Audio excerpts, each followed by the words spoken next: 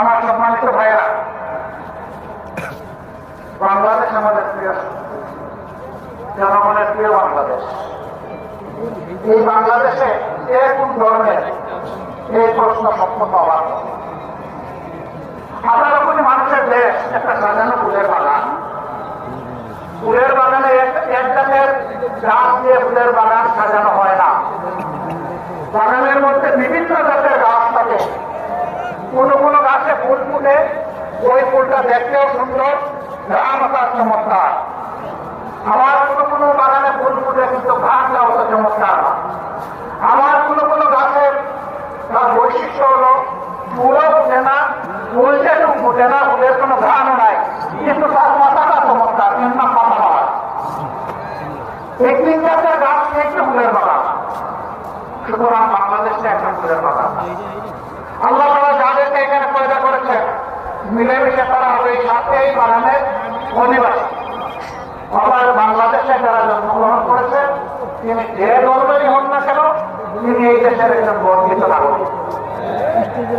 বাংলাদেশের সংবিধান সকলকে সমান অধিকার দিয়েছে, সাংবিধানিক অধিকার। কিন্তু আশ্চর্যের বিষয়, কষ্টের বিষয়, 54টা বছর এই জাতিকে বিভিন্নভাবে ভাগ বিভক্ত টুকরা টুকরা করে রাখা হয়েছিল।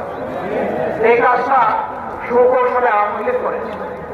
তারা প্রথমে পার্বত্য এলাকার লোকদেরকে উৎসাহিত নেতা বললেন, বাংলাদেশে যারা বসবাস করে তাদের সকলের একমাত্র পরিচয় তারা বাঙালি। এখানে যারা থাকবেন বাঙালি হয়ে থাকতে হবে। পার্বত্য চট্টগ্রাম প্রতিবাদে গঠন অস্থির হয়ে উঠল। আমরা বাঙালি নই, আমরা পাই। তিনি একটা বিভক্তি প্রথমে টেনে দিলেন। সেই যে পার্বত্য চট্টগ্রাম উন্নত হল আজ পর্যন্ত বাহিনী নামে একটা বাহিনী গঠন হল। তাদের হাতে 10,000 সামরিক কর্মকর্তা এবং আমাদের সৈনিক নিহত হল, সাধারণ মানুষ নিহত হল। এমনকি তারা নিজেদের মাঝে আবার বিভিন্ন গ্রুপে বিভক্ত হয়ে নিজেরা নিজেদেরকে খুন করল। সেই যে খুন ধরা শুরু হলো, সেই খুন ধরাটা এখনো অব্যাহত। তারপরে তারা কি বললেন যে বাংলাদেশ বিভাগের বিভক্ত, স্বাধীনতার পক্ষে একদল, বিপক্ষে আরেকদল। এখানে জাতিকে আরেকবার ভাগ করা।